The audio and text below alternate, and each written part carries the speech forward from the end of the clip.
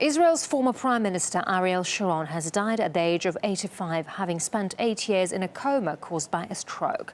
One of the country's most iconic politicians and military leaders passed away just days after his condition worsened dramatically. From the Lebanon war to Israel's disengagement from Gaza, Sharon's years in politics were marked by several historic decisions. But what he's likely to do and to be remembered for by many Israelis is the controversial issue of settlements in the West Bank, as artist Paul Aslia reports. Ariel Sharon cut a divisive figure between those who loved him and those who certainly didn't. But all agree Ariel Sharon was undoubtedly the father of the Israeli settler movement. Under his guidance, more than 100 settlements were built on the Gaza Strip. His motto, to defend and preserve the Jewish state.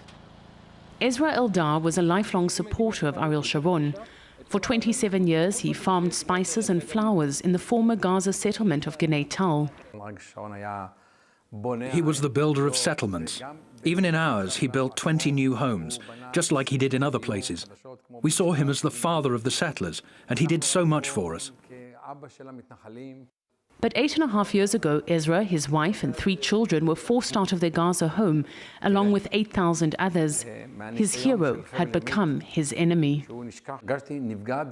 I feel betrayed, like a husband who walked into his home to find his wife with his neighbor. Sharon will most likely be praised as he should be, but I would also like him to be remembered for all the things that are not so pleasant and which were critical to all of Israel.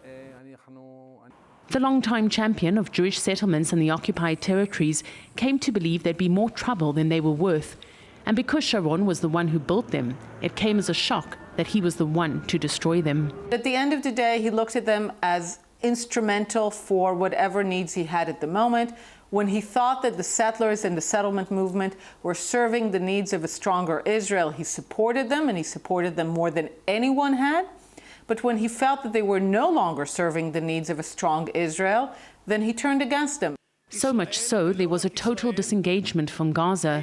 Despite the anger it evoked among his supporters, Sharon looked set to return as prime minister in fresh elections. But in 2005, he suffered a stroke from which he never recovered. After withdrawing from Gaza, Sharon ruled out any further unilateral withdrawals.